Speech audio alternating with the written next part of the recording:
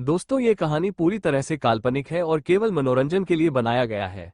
और इस कहानी में किसी भी व्यक्ति, नाम, उत्पाद या वास्तविकता का अपमान नहीं किया गया है। अगर आप लोग हमारे PFM नंबर 1 चैनल पर नए हैं तो वीडियो को लाइक और चैनल को सब्सक्राइब जरूर करें, ताकि हम आप तक ऐसी वीडियो पहुंचाते रहें। अगर एपिसोड में कहीं कोई गलती होती है तो आप कमेंट करें, हम उसको फिर से अपलोड करेंगे। और आपने अभी तक टेलीग्राम चैनल ज्वाइन नहीं किया तो जरूर करें, आप वहां पर हमसे डायरेक्ट बात कर सकते हैं। अगर स्टोरी अच्छी लगे तो लाइक कर दिया करो यार, बहुत मेहनत लगती है। धन्यवाद। आप देख रहे हैं दोस्तों, ये कहानी पूरी तरह से काल्पनिक है और केवल मनोरंजन के लिए बनाया गया है। और इस कहानी में किसी भी व्यक्ति, नाम, उत्पाद या वास्तविकता का अपमान नहीं किया गया है। अगर आप लोग हमारे PFM नंबर 1 चैनल पर नए हैं तो वीडियो को लाइक और चैनल को सब्सक्राइब जरूर करें, ताकि हम आप तक ऐसी वीडियो पहुंचाते रहें। अगर एपिसोड में कहीं कोई गलती होती है तो आप कमेंट करें, हम उसको फिर से अपलोड करेंगे। और आपने अभी तक टेलीग्राम चैनल ज्वाइन नहीं किया तो जरूर करें, आप वहां पर हमसे डायरेक्ट बात कर सकते हैं। अगर स्टोरी अच्छी लगे तो लाइक कर दिया करो यार, बहुत मेहनत लगती है। धन्यवाद। आप देख रहे हैं episode 5, let's play together. Rehan गाड़ी के सीट पर बैठा हुआ है और नंदिता गुस्से से बस उसे देख रही थी। उसे पता है, जब तक ये जो चाहता है कर नहीं लेता, उसे जान नहीं देने वाला है। इधर रेहान ने आस पास देखा, तभी उसे सीट पर रखा एक गुलाब दिख जाता है। वो गुलाब के फूल को छूता है और उसकी खुशबू इन्हें करता है। फिर वो गुलाब को उसके होठों से होते हुए उसके क्लीवेज के पास लाकर रख देता है और मुस्कुराते हुए कहता है, लेट्स प्ले टुगेदर। ये सुनकर नंदिता गुस्से से कहती है, ये कैसी बात कर रहे हो, छोड़ो मुझे, जाने दो। ये सुनकर वो नंदिता के करीब आकर उसके हाथ को चूमता है और फिर उसे फूल पर अपनी उंगलियों से हल्का सा छूते हुए कहता है, ये फूल मुझे बिल्कुल तुम्हारे जैसा लग रहा है। सच में, कब मैं इस फूल की तरह तुम्हें छूने वाला हूँ, मैं तो बहुत ज्यादा एक्साइटेड हूँ। ये सुनकर नंदिता गुस्से से कहती है, अब बेशर्मी करना बंद करो। अच्छे से पता है मुझे, तुमने जानबूझकर ही मेरे साथ वो सब कुछ किया था। दोनों बार यह सुनकर वो अपने बालों को स्टाइल के साथ पीछे करते हुए कहता है, ऑब्वियसली स्पाइसी वाइफी, दोनों बार मैंने जानबूझकर ही किया है, बिकॉज आई लव यू। पर तुम्हें मेरी प्यार की कदर नहीं है। मैंने 1000 बार मना किया था, उससे शादी मत करो, मुझसे शादी करो, पर तुम ही नहीं मानी। तुमने उससे शादी कर लिया। मैंने तुम्हें आज से नहीं, तब से कह रहा हूँ, जब से हम छोटे थे, मैं तुमसे बहुत बहुत ज्यादा प्यार करता हूँ। और मेरा प्यार बचपन से लेकर अब तक तुम्हारे लिए बिल्कुल कम नहीं हुआ है। और मैं बहुत खुश हूँ कि हमारे इतने सारे बच्चे हैं और हमारे एक और बच्चा आने वाला है। ये बोलते हुए वो नंदिता के करीब आ जाता है और फिर उसे फूल को अजीब तरीके से चूमता है और कहता है, ऐसा लग रहा है ये तुम ही हो। उसकी बातें सुनकर नंदिता गुस्से से कहती है, कितने बेशर्म हो तुम, एक फूल तक को नहीं छोड़ा। वो हंसते हुए कहता है, अब ये फूल अगर तुम्हारे जैसा फीलिंग दिलवा रहा है तो मैं कैसे छोड़ सकता हूँ। ये बोलकर वो फूल को साइड में रख देता है और फिर गाड़ी के स्टीयरिंग पर हाथ रखकर उसे अजीब तरीके से घूरने लगता है और अजीब तरीके से उसे टच करने लगता है, जैसे कि यह गाड़ी का स्टीयरिंग नहीं, नंदिता की बॉडी है। इधर नंदिता ये सब देखते हुए गुस्से से कहती है, तुम कितने बेशर्म आदमी हो, तुम किसी भी चीज को छोड़ ही नहीं रहे हो। वो मुस्कुराते हुए कहता है, बेबी, मैं गाड़ी के हर चीज के साथ ये कर सकता हूँ जब तक मुझे तुम नहीं मिलते, क्योंकि मुझे कुछ भी करके अपने डिजायर को बाहर निकलना है। और मैं तो तभी निकल पाऊंगा ना जब तुम मुझे कुछ करने दोगी। ये सुनकर वो गुस्से से कहती है, मैं प्रेग्नेंट हूँ। वो हंसते हुए कहता है, मुझे पता है। ये बोलते ही वो अचानक से लपक कर उसके करीब आ जाता है और फिर नंदिता के कमर पर हाथ रखकर उसके गाल को चूम लेता है और कहता है, चलो अब शुरू किया जाए प्यार को। कब से मैं तुमसे प्यार करना चाहता हूँ, कब से मैं खुद को रोक रहा हूँ, पर अब खुद को रोक ही नहीं पा रहा हूँ। ये बोलकर वो नंदिता के कपड़ों को थोड़ा ऊपर करने लगता है और उसके सफेद थाई पर हाथ फेरने लगाता है। यह महसूस करके नंदिता की गाल लाल हो जाते हैं और वह शर्म के साथ गुस्से से कहती है, बेशर्म पागल आदमी, ऐसा करना बंद करो, मैं तुम्हें मार डालूंगी, जान से पागल आदमी कहीं के। ये सुनकर वह नंदिता के छोटे हाथ को अपने बड़े हाथ में पकड़ लेता है और कहता है, सोच लो अगर तुम मेरे साथ ऐसे बिहेव करती रही तो मैं भी तुम्हें कितना ज्यादा बाइट कर सकता हूँ। तुम सोच भी नहीं सकती, और मैं तुम्हारे इस खूबसूरत बदन को अपने अकॉर्डिंग यूज भी कर सकता हूँ। ये सुनकर नंदिता उसके बाल को पकड़ लेती है और गुस्से से कहती है, पागल आदमी, तुम्हारा कॉन्सेप्ट हो रहा है, जाओ यहाँ से और मुझे भी मेरे बच्चों के पास जाने दो। वो मुस्कुराते हुए कहता है, वो खत्म हो चुका है, इसलिए मैं तुम्हारे पास आ गया। तुम्हारे बिना मजा नहीं आ रहा है। और क्या, तुम्हें मेरा गाना अच्छा नहीं लगा? नेक्स्ट टाइम मैं रोमांटिक गाना गाऊंगा तुम्हारे लिए। ये सुनकर गुस्से से नंदिता कहती है, मुझे नहीं सुनना तुम्हारा रोमांटिक गाना, छोड़ो मुझे, अभी जाने दो, ऐसा करना बंद करो, पागल कहीं के। ये बोलकर वो पूरी तरीके से उठने की कोशिश करती है, पर रेहान उसके ऊपर आ जाता है और उसके होठों को चूमते हुए वो अपना बेल्ट खोलने लगता है। तभी यह अचानक गाड़ी के बाहर से चिल्लाने की आवाज सुनाई देती है। इससे रेहान को काफी गुस्सा आता है और वो उसके ऊपर से हट जाता है। दरवाजा खोलकर देखता है तो चारों बच्चे खड़े थे और उनके साथ और भी 2 लड़के थे। तभी एक लड़का मुंह बनाकर कहता है, अरे भाई, वो यहाँ पर अकेले मजा कर रहा है और वहां पर हम तुम्हारे बच्चों को संभाल रहे थे। थोड़ी सी इज्जत कर लो, इतने बड़े सिंगर हैं हम, इतने बड़े रॉकस्टार हैं, और तुम हमसे बेबी सिटिंग करवा रहे हो। ये सुनकर दूसरा वाला कहता है, मुझे ये बकवास बिल्कुल पसंद नहीं है। तुम लोगों का अगर बकवास हो चुका है तो अभी मुझे घर जाना है। ये सुनकर रेहान उन दोनों को देखता है। ये उसके दोनों पार्टनर और दोस्त थे। आरजे और केजे दोनों ही रेहान के पक्के दोस्त हैं। रेहान उन दोनों को देखकर मुस्कुराते हुए कहता है, तुम दोनों तो नाराज हो गए। मेरे ही बच्चे हैं यार, संभालो ना थोड़ा। मुझे इंजॉय भी करने नहीं देते, यहाँ पर अपनी होने वाली बीवी के साथ थोड़ा क्वालिटी टाइम स्पेंड कर रहा हूँ। ये सुनकर वो दोनों आंखों को छोटा करके उसे देखते हैं और कहते हैं, ऐसा कुछ नहीं है, परेशान तो तुम हमें कर रहे हो। ये तुम्हारे बच्चे दुनिया के सबसे ज्यादा शैतान बच्चे हैं, तुमसे भी 1000 गुना आगे। ये सुनकर वो मुंह बनाकर अपने बच्चों को देखने लगता है, जिनकी आंखों में आंसू थे। अगले ही पल चारों बच्चे भागते हुए गाड़ी में उछलकर उठ जाते हैं और नंदिता को गले लगा लेते हैं।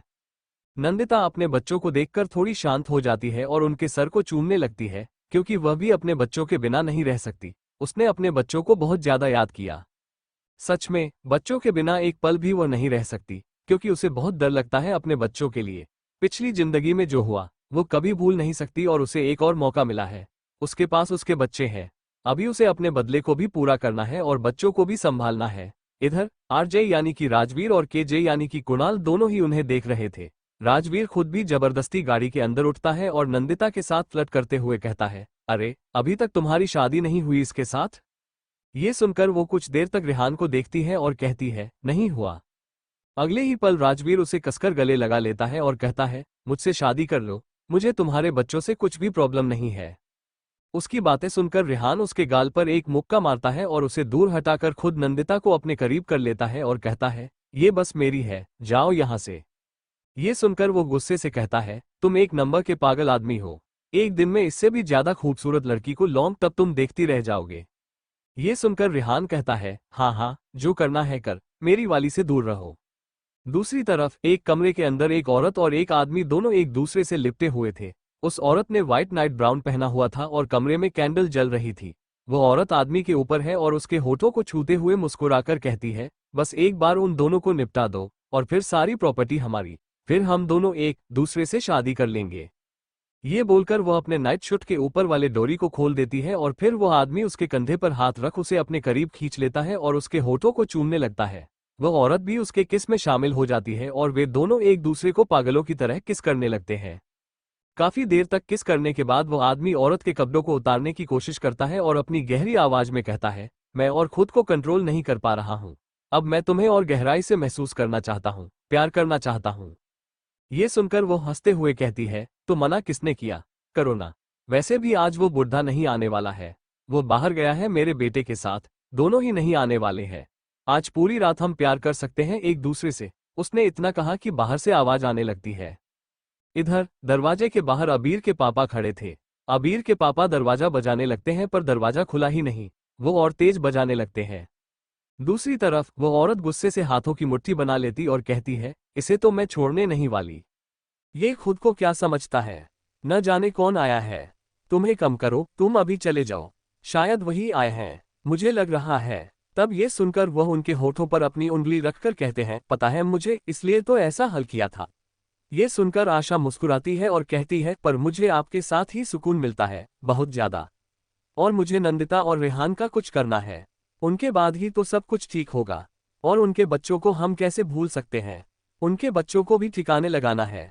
ये बोलते हुए वो उनके गाल को चूम लेती है और नितिन भी उनके होठों को चूम लेते हैं, फिर कसकर उन्हें बाहों में भर लेते हैं और फिर से उनका ये गहरा प्यार शुरू हो जाता है। एक और बार पूरा वॉशरूम आशा की सिसकियों से भर जाता है। पर आशा के दिल और दिमाग में तो बस लालच और लालच ही है। उसे नितिन से कोई मतलब नहीं है, ना तो अपने बेटे से, उसे बस प्रॉपर्टी से मतलब है, बाकी उसे कुछ भी नहीं चाहिए। तो क्या होने वाला है इसके बाद? क्या नंदिता बदला ले पाएगी आशा और नितिन से? और क्या नंदिता अपने साथी और अपने दुश्मनों को ढूंढ पाएगी? और क्या होगा जब नंदिता को आशा के इस सच्चाई के बारे में पता चलेगा? और क्या होगा जब रेहान को पता चलेगा कि नितिन और आशा उसके असली मम्मी पापा नहीं हैं? जानने के लिए पढ़ते रहिए। एपिसोड 6 बस मुझे प्यार करते रहो। रात का वक्त। घर पहुंचकर नंदिता अपने चारों बच्चों को सुला देती है, क्योंकि चारों बच्चों को ही काफी नींद आ रही थी। बच्चों को सुलाने के बाद वह नहाने के लिए वॉशरूम चली जाती है। इधर रेहान बेशर्म की तरह उसके पीछे पीछे वॉशरूम आ जाता है और फिर दरवाजा एक लात मारकर खोलकर अंदर आ जाता है। वो पीछे से उसे अपने बाहों में भर लेता है और उसकी गाल को चूम लेता है। फिर मुस्कुराते हुए कहता है, ओह मेरी जान, क्या हो रहा है? तुम अकेले नहा रही हो? तुम्हें नहाना नहीं आता? कोई बात नहीं, मैं तुम्हें नहला देता हूँ। ये सुनकर वो गुस्से से कहती है, देखो बाहर जाओ, वरना मैं तुम्हें जान से मार डालूंगी। तुम सोच भी नहीं सकते मैं तुम्हारे साथ क्या कर सकती हूँ। बाहर निकलो यहाँ से, घटिया आदमी कहीं के। बार बार पागलों की तरह मेरा पीछा करते हुए आ जाते हो। मेरा मन तो कर रहा है तुम्हें जान से मार डालूं। ये बोलकर वो गुस्से से वॉशरूम का दरवाजा बंद करने लगती है, जिसे देखकर रेहान एकदम से उसका हाथ पकड़कर उसके पीठ से मोड़ देता है और उसे अपने करीब खींचकर उसके चेहरे को देखते हुए अपनी गहरी अट्रैक्टिव आवाज में कहता है, थिंक अबाउट इट कि मैंने अपने भाई के साथ धोखा किया है तुम्हें पाने के लिए, तो मैं किस हद तक जा सकता हूँ। तुम सोच भी नहीं सकती हो, मैं सारी हदें पार कर सकता हूँ तुम्हें पाने के लिए। बस एक बार तुम मुझे ध्यान से देखो, अच्छे से ध्यान से देखो। तुम्हें देखकर क्या लगता है कि मैं ऐसा हूँ? तुमने बस मेरा प्यार देखा है, मेरा खतरनाक चेहरा नहीं देखा है। ये सुनकर नंदिता उसके पेट पर एक लात मारकर वॉशरूम का दरवाजा उसके मुंह पर बंद कर देती है और वह अपने पेट पर हाथ रखकर गुस्से से कहता है, मैं तुम्हें छोड़ूंगा नहीं, स्पाइसी वाइफी। ये बोलकर वो गुस्से से बच्चों के पास आ जाता है और देखता है कि वे सब सो रहे थे। उनके सबके मुंह पर एक एक निप्पल बना था। वो सब सोते हुए बहुत प्यारी लग रही थी। वो अपने बच्चों के शक्लों को देखता है जो उसे मिलता जुलता है। वो सबके होठों को चूम लेता है और कहता है, मेरे छोटे छोटे बच्चे, और गले लगा लेता है। बच्चे भी उसे कसकर गले लगाते हैं और सोने लगते हैं। इधर कुछ देर बाद वह नहाकर बाहर आती है और बाहर आने के बाद वह देखती है तो रेहान उसके बच्चों के साथ सो रहा है। उसके 4 नंबर वाले बच्चे के होठों में निप्पल नहीं था। वह हैरान हो जाती है और देखती है तो वह वाला निप्पल रेहान के मुंह पर है। वो अपने मुंह पर हाथ रख लेती है और कहती है, कितना बेशर्म आदमी है, बच्चों का निप्पल लेकर खुद। ये बोलकर वो गुस्से से उसके पास जाकर उसके ऊपर बैठ जाती है और उसके मुंह से निप्पल खींचकर निकालकर उसे साफ करके अपने बच्चों के मुंह में डाल देती है। जब वह उठने लगती है तो उसे महसूस होता है कि वो उठ नहीं पा रही है, उसके पैरों को पकड़ लिया गया है।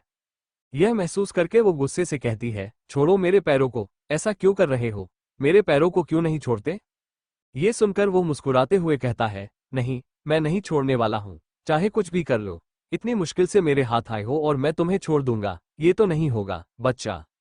ये सुनकर वो गुस्से से कहती है, तुम बहुत ज्यादा बेशर्म हो, मैं तुम्हें मार डालूंगी। अगर तुम ऐसा ही करते रहे तो ये तुम बिल्कुल सही नहीं कर रहे हो, बहुत ज्यादा गलत कर रहे हो। ये सुनकर वो हंसते हुए कहता है, अब क्या गलत कर रहा हूँ, क्या सही कर रहा हूँ, यह मुझे तुमसे सीखना है।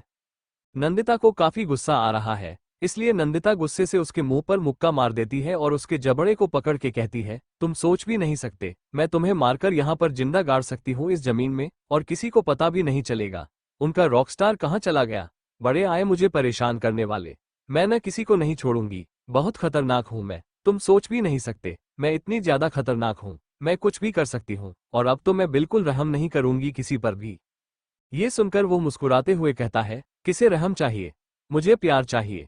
प्यार करो ना, मुझे तुम्हारा प्यार मिल जाए, वही मेरे लिए काफी है। मुझे प्यार के अलावा कुछ चाहिए ही नहीं, बस मुझे प्यार करते रहो। उसकी बातें सुनकर नंदिता को गुस्सा तो बहुत आ रहा था, पर उसे पता है यह आदमी नहीं मानने वाला है जब तक कि अपने हरकतों को पूरा नहीं कर लेता। इसकी हरकतें दिन ब दिन बढ़ती ही जा रही हैं। इससे वह काफी ज्यादा परेशान तो हो रही थी, पर उसे पता है वह क्या ही कर सकती है। गुस्से के अलावा तभी उसका एक बेटा अपने मुंह से निप्पल को फेंक देता है और उठकर बैठ जाता है और उन दोनों को देखने लगता है। वो दोनों बहुत ही अजीब से पोजीशन में थे। नंदिता रेहान के ऊपर थी और रेहान उसके सफेद घुटने को पकड़कर रखा था। वो जल्दी से खुद भी रेहान के ऊपर आ जाता है और नंदिता को गले लगाकर उसके पेट पर अपना मुंह खींचने लगता है। उसे ऐसा करते देखकर नंदिता उसके सिर को चूमती है और कहती है, क्या हुआ, तुम उठ गए इतनी जल्दी? ये सुनकर वो अपनी मासूम आंखों से अपनी मम्मी को देखता है और अपने पापा को, फिर अपने मम्मी के सीने पर सिर रखकर अपनी प्यारी सी आवाज में कहता है, भूख लगी है मुझे। ये सुनकर नंदिता उसके नाक को पिन करती है और कहती है, आपको भूख लगी है? आपको खाना खाना है? मम्मी आपके लिए क्या बना सकती है? ये सुनकर वो अपना हाथ ऊपर करके उसके सीने पर रखता है और अगले पर रोने लगता है। नंदिता उसे जल्दी से अपने गोद में अच्छे से लेटाकर उसे फीडिंग करवाने लगती है, तब जाकर वो शांत होता है। इधर यह नज़ारा देखकर रेहान को अजीब सा महसूस होने लगता है। अगले ही पल रेहान उसके कमर को कसकर पकड़ लेता है और कहता है, मैं ना खुद को रोक नहीं पा रहा हूँ, करीब आ जाओ और बर्दाश्त नहीं हो रहा है। देखो ना, तुम्हारी वजह से मैंने अपनी बुरी आदत को छोड़ दिया लड़कियों के पास जाने का। तुम्हें पता है ना, मैं नहीं रह सकता बिना लड़कियों के, मुझे लड़की चाहिए। ये सुनकर वह गुस्से से कहती है, पागल आदमी, जाओ यहाँ से, मुझे छूने की भी कोशिश मत करना, वरना मैं जान से मार डालूंगी। ये बोलकर वो उसे दूर धक्का देती है और हटाकर जाने लगती है।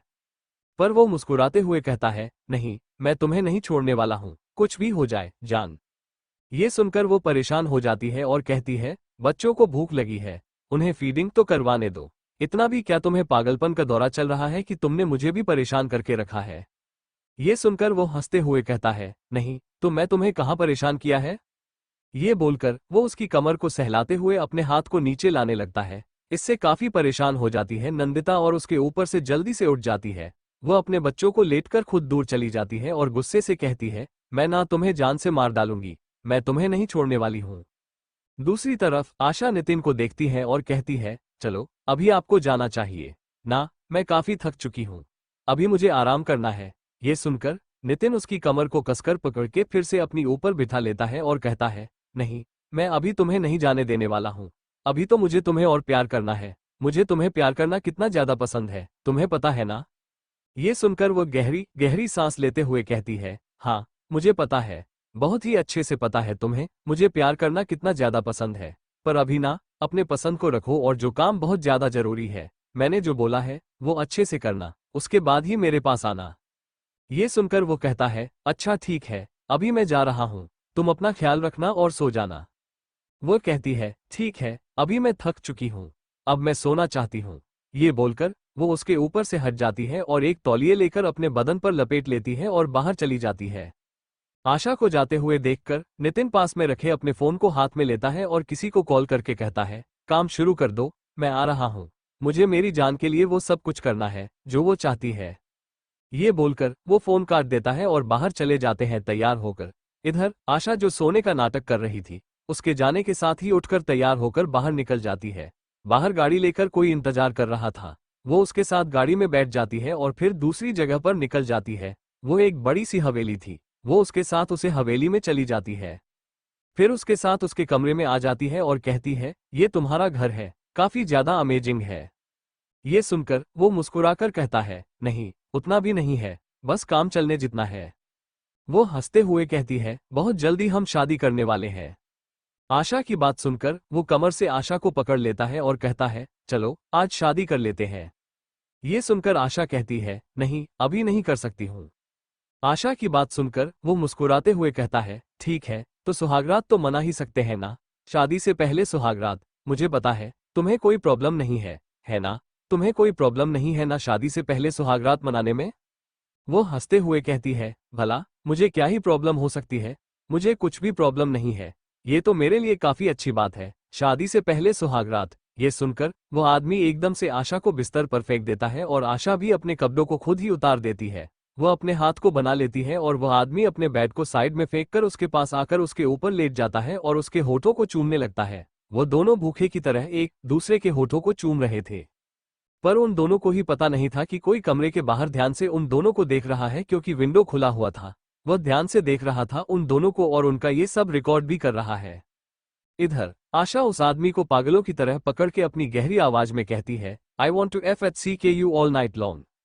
ये सुनकर आशा गहरी गहरी सांस लेते हुए कहती है, I don't have a problem, do what you want.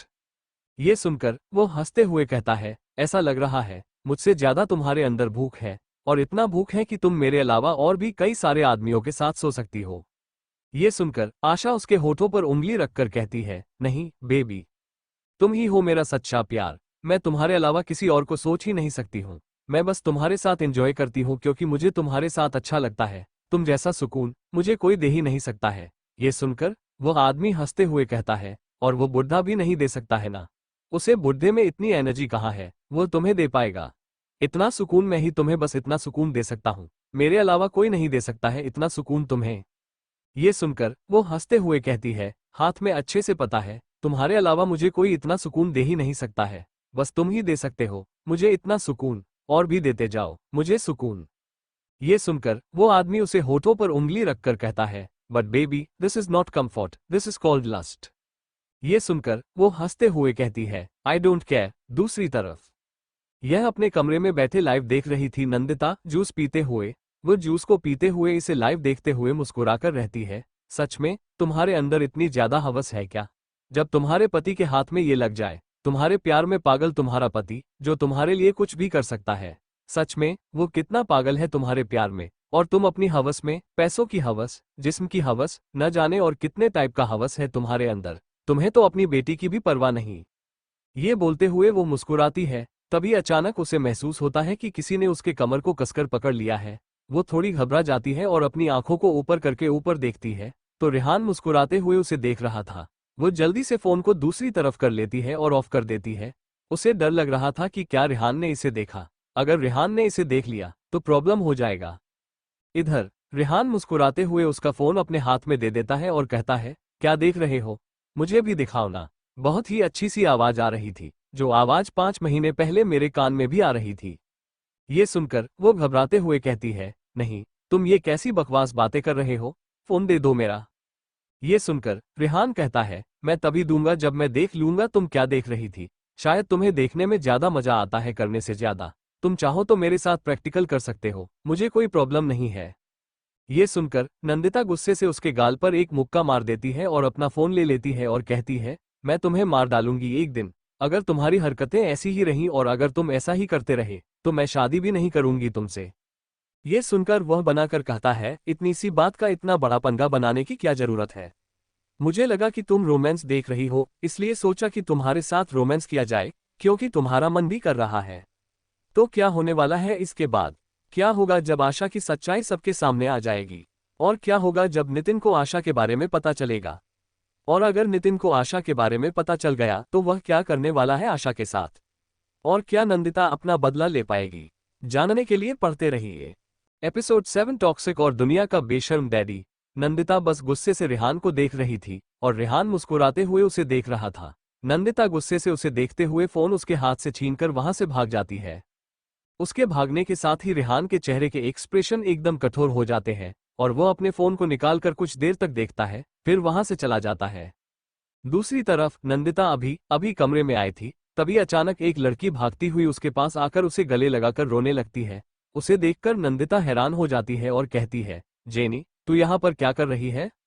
ये सुनकर जेनिफर कहती है, उसने फिर से मुझे इग्नोर किया। उसने पूरा इग्नोर कर दिया और बोला कि जाओ यहाँ से, तुम बस मुझ पर शक करती हो, तुम बहुत ज्यादा टॉक्सिक होती जा रही हो। उसने मुझे ऐसा बोला। क्या मैं सच में इतनी बुरी हो चुकी हूँ?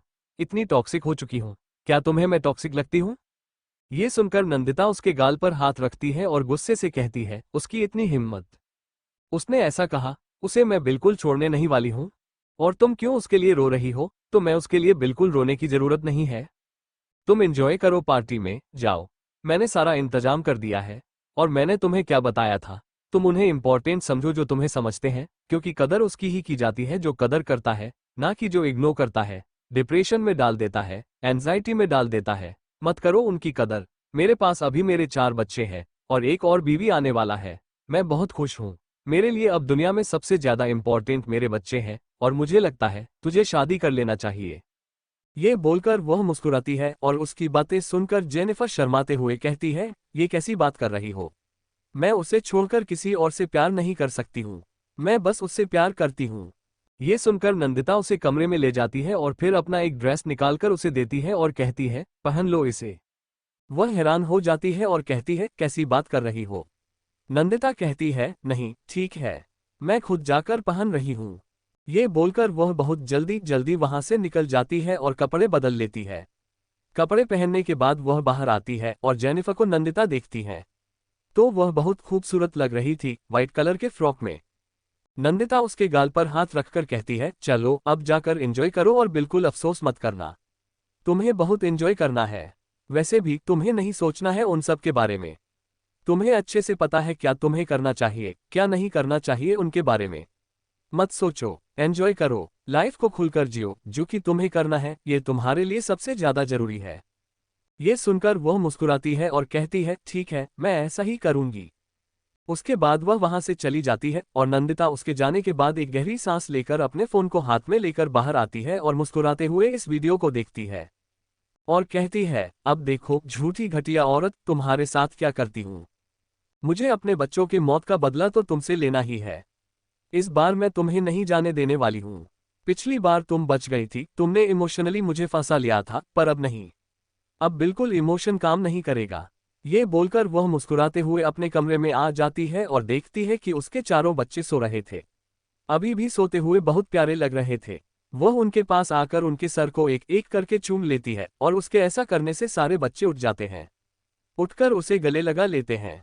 नंदिता भी उन्हें गले लगा लेती है और कहती है, क्या हुआ। वह लोग एक दूसरे को देखते हैं और फिर मुस्कुराकर अपनी मम्मी के पेट को देखते हैं। फिर उसके पेट को गले लगाकर कहते हैं, कब आने वाला है ये। उसके बाद तो हम पास हो जाएंगे। नंदिता अपने पेट को देखते हुए कहती है, हाँ वह बहुत जल्दी आएगा। और बस 5 महीने उसके बाद आपका भाई भी आपके साथ ही होगा। ये सुनकर वह चारों खुशी से एक दूसरे को देखते हैं और कहते हैं, पर हमें तो बहन चाहिए। ये सुनकर नंदिता कहती है, पर भाई आने वाला है। वह हैरान होकर कहते हैं, पर आपको कैसे पता। पापा ने बताया। ये बात किसी को पता नहीं होती। नंदिता मुस्कुराते हुए उनके सर को चूमती है और कहती है, वह इसीलिए क्योंकि मैं मम्मी हूं ना। और मम्मी को सब पता होता है। उनके छोटे छोटे प्यारे मासूम नन्हे मुन्ने बच्चे कैसे हैं, इसलिए मुझे अच्छे से पता है आपका भाई आने वाला है। चलो अभी सो जाओ। ये सुनकर वह चारों एक साथ अपने पेट पर हाथ रख देते हैं क्योंकि उन्हें भूख लगी है। उन्हें फीडिंग करना था, जिसे देखकर नंदिता हंसते हुए उन्हें गोद में उठाकर फीडिंग करवाने लगती है। तभी वहां पर रिहान आ जाता है और नंदिता को पीछे से अपने बाहों में भरकर उसके कान में सरगोशी करते हुए अपनी गहरी आवाज में कहता है, अब मेरी बारी है, इन चारों का तो हो गया। मेरा क्या, मुझे भी काफी भूख लगी है। मुझे भी फीडिंग करना है। बड़े ही बेशर्मी से कहता है और उसकी बेशर्मी से भरी बातें सुनकर नंदिता का खून खौल जाता है। नंदिता गुस्से से उसके गाल पर एक मुक्का मार देती है और कहती है, दूर रहो मुझसे। ये सुनकर वह अपने गाल पर हाथ रखकर अपने हाथ को चूम लेती है और कहती है, ये तुम्हारा मुक्का बहुत ही ज्यादा अच्छा है, पर अभी तो मुझे पेट भरना है। अब मेरी बारी है। ये बोलकर बच्चों को जबरदस्ती अपने ऊपर से हटाकर खुद आ जाता है उसके ऊपर और अपनी कमर को पकड़कर उसके सीने के पास अपने सर को ले जाने लगता है। चारों बच्चे बस हैरानी से देख रहे थे अपने पापा को मम्मी के साथ ऐसा करते हुए। दुनिया का बेशर्म डैडी, नंदिता ने गुस्से से यह कहा। और उसकी बातें सुनकर रिहान बस हंसता है। क्या होने वाला है इसके बाद। क्या करने वाली है नंदिता रिहान के साथ, और कैसे बदला लेगी नंदिता आशा से। और क्या करने वाली है नंदिता आशा और उसके बॉयफ्रेंड का वीडियो लेकर। और क्यों आशा अपने पति को धोखा दे रही है, जानने के लिए पढ़ते रहिए। एपिसोड 8, तुम्हारी एक रात की कीमत क्या है। जेनिफर एक पब में आई थी। यहाँ पर काफी ज्यादा शोर शराब है। वह लाइफ में पहली बार ऐसी जगह पर आई है, वह भी अकेले। उसे डर तो बहुत लग रहा है, पर उसकी प्यारी दोस्त ने उसे गुस्से में कहा था उसे अब एंजॉय करना है, उसे कुछ भी चीज से पीछे नहीं हटाना है, उसे बदला लेना है और वह ऐसे ही बदला ले पाएगी। पर डर तो बहुत लग रहा है, अगर उसके मम्मी पापा को पता चल जाए फिर तो उसके पापा उसके टांगे तोड़ देंगे।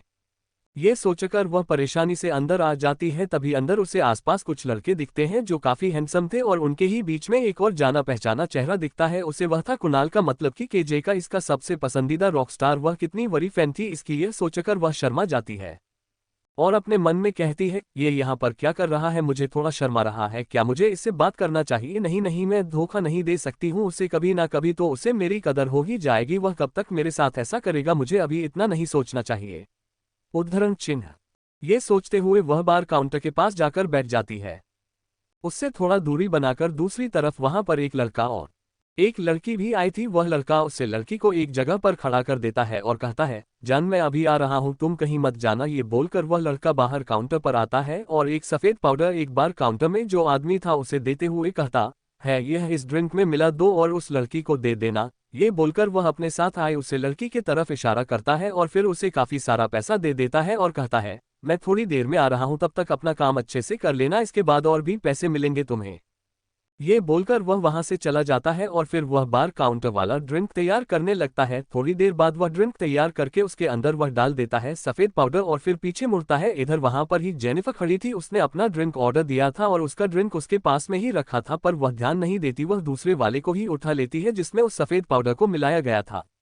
उसके बाद वह एक घूंट में सारा ड्रिंक खत्म कर देती है और फिर वहां से उठकर वॉशरूम की तरफ चली जाती है। इधर कुणाल जो काफी ज्यादा नशे में था वह अपने होटल रूम में चला जाता है। उसे पता था वह काफी ज्यादा ड्रिंक करने वाला है, इसलिए उसने अपने नाम का एक रूम बुक करवा लिया था नीचे वाले फ्लोर पर। दूसरी तरफ जेनिफर वॉशरूम से निकलकर दीवार के पास आकर खड़ी हो जाती है। उसका सर घूम रहा था बहुत ज्यादा, उसे समझ नहीं आ रहा कि यह क्या हो रहा है उसके साथ। उसने पहले भी काफी सारा ड्रिंक किया था पर ऐसा कभी नहीं हुआ है, यहाँ तक कि उसे तो नशा होता ही नहीं, वह कितना भी करने पर आज ये क्या हो रहा है उसके साथ।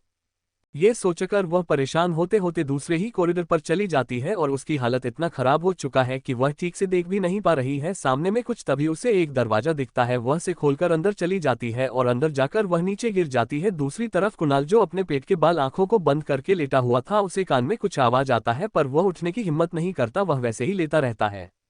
इधर जेनिफर उठकर दरवाजे को बंद कर देती है, वह ऐसी हालत में बाहर नहीं जा सकती है। ये सोचकर वह अंदर ही चली जाती है और फिर उसे सफेद बिस्तर दिखता है पर यह नहीं दिखता कि कोई उसे पर ऑलरेडी लेट हुआ है। वह जाकर उसके ऊपर ही लेट जाती है, उसे काफी ज्यादा नर्म महसूस होता है पर वह आंखें बंद कर लेती है। इधर कुणाल जो कि महसूस करता है उसके ऊपर बहुत ज्यादा ही सॉफ्ट सा कुछ आ चुका है।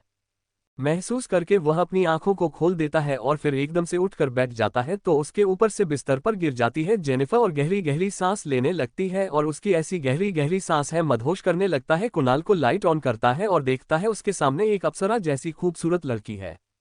वह बस उसे देखता ही रह गया था, काफी देर तक उसे देखने के बाद वह एकदम उसके ऊपर आ जाता है और अपनी शर्ट को खोलने लगता है। वह बेकाबू हो चुका था, इसे देखकर वह खुद पर कंट्रोल ही नहीं कर पा रहा था।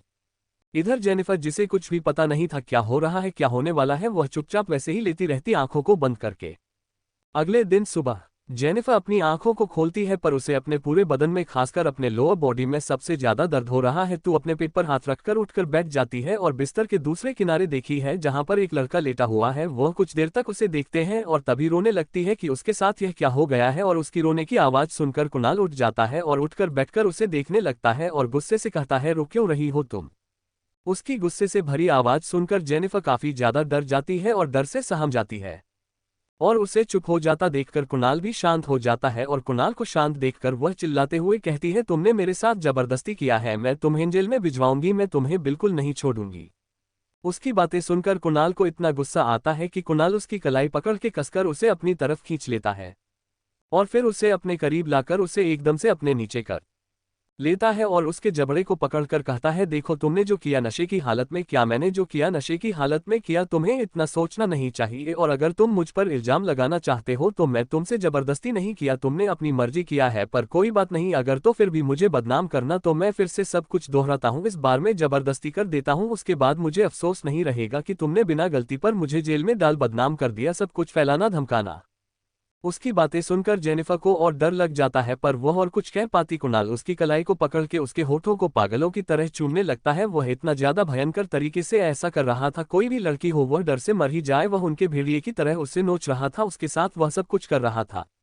जेनिफर को काफी दर्द हो रहा था पर वह बिल्कुल नहीं रुकता, वह काफी घंटे तक या पूरा दोपहर तक सुबह से लेकर उसके साथ करता रहता है और जब वह शांत हो जाता है वह उसके ऊपर से हट जाता है और उसे गले लगा कर कहता है, चलो अब तुम मुझ पर इल्जाम लगाओ, जो चाहे कर लो, बिल्कुल फर्क नहीं पड़ता मुझे। उसके बातें सुनकर जेनिफर रोते हुए कहती है, तुम बहुत ही घटिया आदमी हो, मैं तुम्हें नहीं छोड़ने वाली हूँ, मैं तुम्हें कितना अच्छा समझा था, तुम कितने शरीफ हो, तुम्हारा लड़की के साथ अफेयर नहीं है पर तुम तो सबसे ज्यादा शैतान हो। ये सुनकर वह अपने होठों को टिश्यू पेपर से साफ करते हुए कहता है, देखो मैं दिखाता हूँ तो स्वीट एंड स्वामी टाइप का, बट मैं हूँ हरामी टाइप का, मैं ऐसा ही हूँ। जिन लोगों ने मेरा असली चेहरा देखा है वह जिंदा ही नहीं बचा। उद्धरण चिन्ह।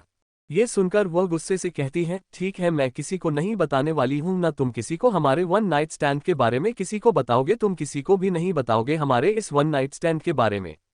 ये सुनकर वह उठकर वॉशरूम चला जाता है। थोड़ी देर बाद वह बाहर आता है और बेल्ट पहनते हुए कहता है, नहीं बताने वाला हूं मैं, तुम भी नहीं बताओगे, वैसे तुम्हारी कीमत क्या है, एक रात की जो भी हो, यह मेरा क्रेडिट कार्ड निकाल लेना।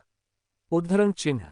उसकी बातें सुनकर जेनिफर की आंखों में आंसू आ जाता है और जेनिफर अपना फोन निकालकर धीरे से अपने सीने के पास रखकर उसे ब्लैंकेट से ढक लेती है और कहती है, तुमने क्या बोला, फिर से बोलो, मुझे सुनाई नहीं दिया। वह भी मुस्कुराते हुए बोल देता है, यही कि तुम्हारी एक रात की कीमत क्या है और तुम्हें जितने भी पैसे चाहिए मेरे क्रेडिट कार्ड से निकाल लेना। तो क्या होने वाला है इसके बाद, क्या करने वाली है जेनिफर कुणाल के साथ, क्या होगा जब जेनिफर की वन नाइट स्टैंड के बारे में नंदिता और रेहान को पता चलेगी, क्या करने वाली है नंदिता कुणाल के साथ और क्या रेहान जानता है इन सब के बारे में। जानने के लिए देखते रहिए हमारे YouTube चैनल PFM नंबर 1 पर।